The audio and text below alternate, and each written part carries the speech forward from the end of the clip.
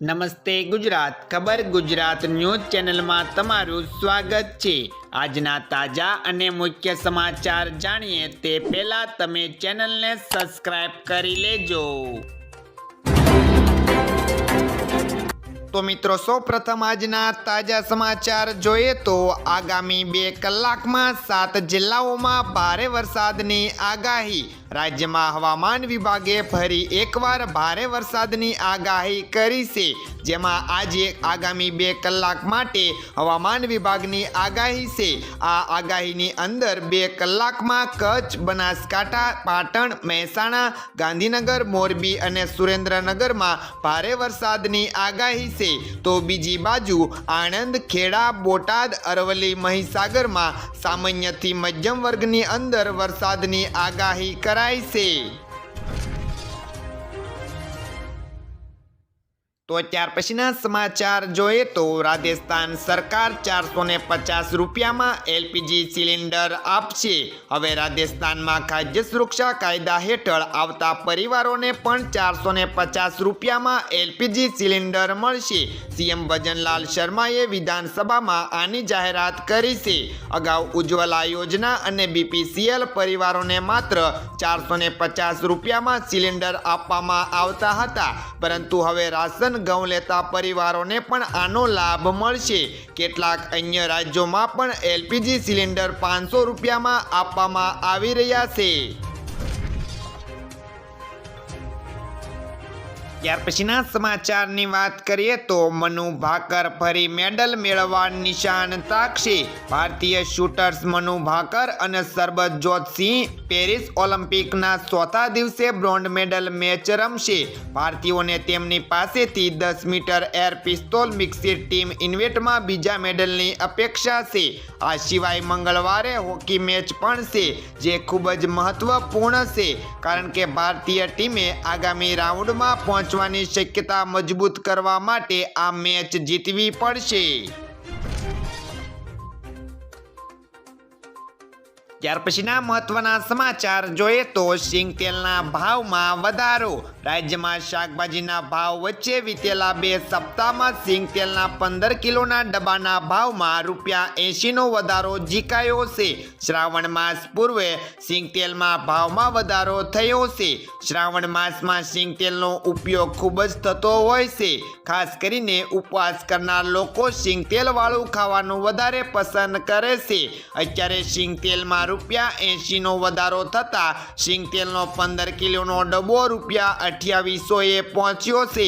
આથી ગૃહિણીઓના ઘરનું બજેટ ખોરવાયું છે।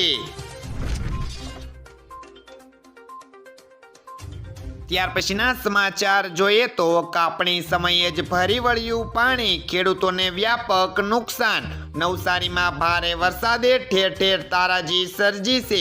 ભારે વરસાદને પગલે પૂર્ણા નદીમાં પૂરની સ્થિતિ સર્જાણી હતી અને પાણી ઘરોમાં અને ખેતરોમાં ફરી વળ્યા છે, જેથી ખેડૂતોના ખેતરોમાં ઊભા પાકને ભારે નુકસાન થયું છે અને ખેડૂતોને રડવાનો વારો પણ આવ્યો છે।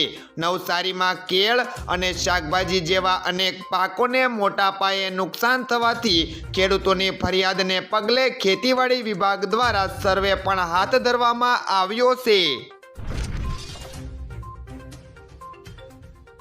ત્યાર પછીના સમાચાર જોઈએ તો ચાંદીપુરા વાયરસથી વધુ 3 બાળકોના મોત। ગુજરાતમાં શંકાસ્પદ ચાંદીપુરા વાયરસના વધુ 2 કેસ સાથે કુલ 133 કેસ નોંધાયા છે, જેમાં વધુ 3 બાળકોના મોત થયા છે।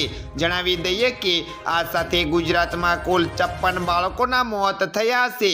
સરકારી દાવા મુજબ ગુજરાતમાં વાયરસના 57 જેટલા પોઝિટિવ કેસ આવ્યા છે, એટલે કે લેબોરેટરી રિપોર્ટ બાદ કેસ કન્ફર્મ થયા છે।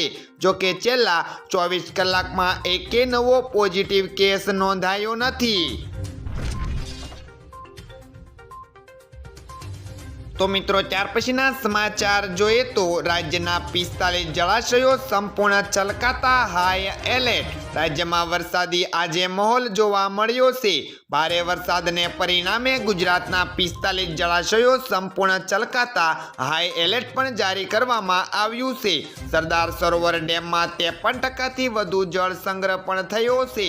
દક્ષિણ ગુજરાતના 13 જળાશયોમાં 63.29% જળનો સંગ્રહ થયો છે.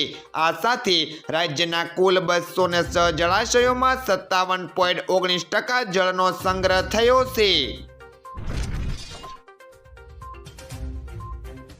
ત્યાર પછીના સમાચાર જોઈએ તો શેર બજારની સપાટ શરૂઆત. કારોબારી સપ્તાહના ત્રીજા દિવસે શેર બજારની શરૂઆત સપાટ રીતે થઈ છે. સેક્શને 81,280 અને નિફ્ટીએ 24,820ના સ્તર પર કારોબાર કરી રહ્યો છે.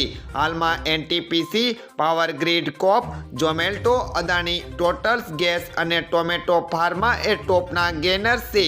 આ સાથે આપણે જોઈએ તો વેદાંતા, ટાટા સ્ટીલ, અંબુજા સિમેન્ટ અને એનટીટી એ ટોપના લૂઝરની અંદર સામેલ છે. ત્યાર પછીના સમાચારની વાત કરીએ તો ગુજરાતમાં 3 વરસાદી સિસ્ટમ મચાવશે તબાહી. ગુજરાતને માથે 3 વરસાદી સિસ્ટમ સક્રિય થઈ છે. આ ત્રણેય સિસ્ટમ ગુજરાતમાં તબાહી પણ મચાવી શકે છે, જેના પગલે સમગ્ર ગુજરાતમાં અતિ ભારે વરસાદની આગાહી પણ કરવામાં આવી છે. ગુજરાત પર સાયક્લોનિક સર્ક્યુલેશન, શિયર ઝોન અને ઓફશોર ટ્રેક એ સક્રિય છે. ઉત્તર ગુજરાતમાં ભારે વરસાદની આગાહી કરવામાં આવેલી છે. આ સાથે અમદાવાદ શહેરમાં છેલ્લા 2 દિવસથી અતિ ભારે વરસાદ આપણે જોવા મળે છે.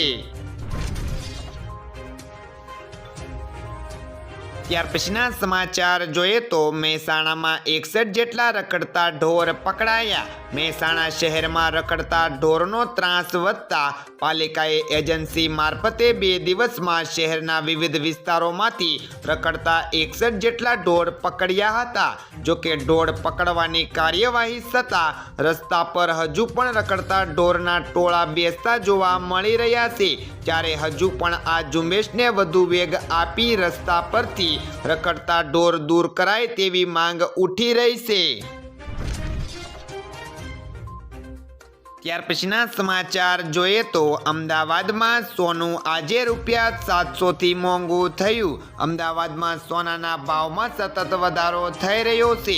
તહેવારોની સિઝન પૂર્વે હોલસેલ ખરીદીમાં વધારાને પગલે આજે ફરી સોનું ઉંચકાયું છે. અમદાવાદમાં આજે સોનાનો ભાવ ₹700 થી વધીને 74,200 પ્રતિ 10 ગ્રામ થયો છે. આ સાથે જ્યારે ચાંદીની કિંમતની અંદર ₹500 થી ઘટીને ₹92,500 પ્રતિ 1 કિલોગ્રામ થયું છે. એએમસીએક્સ ખાતે સોના ચાંદીમાં ઉછાળો જોવા મળ્યો હતો.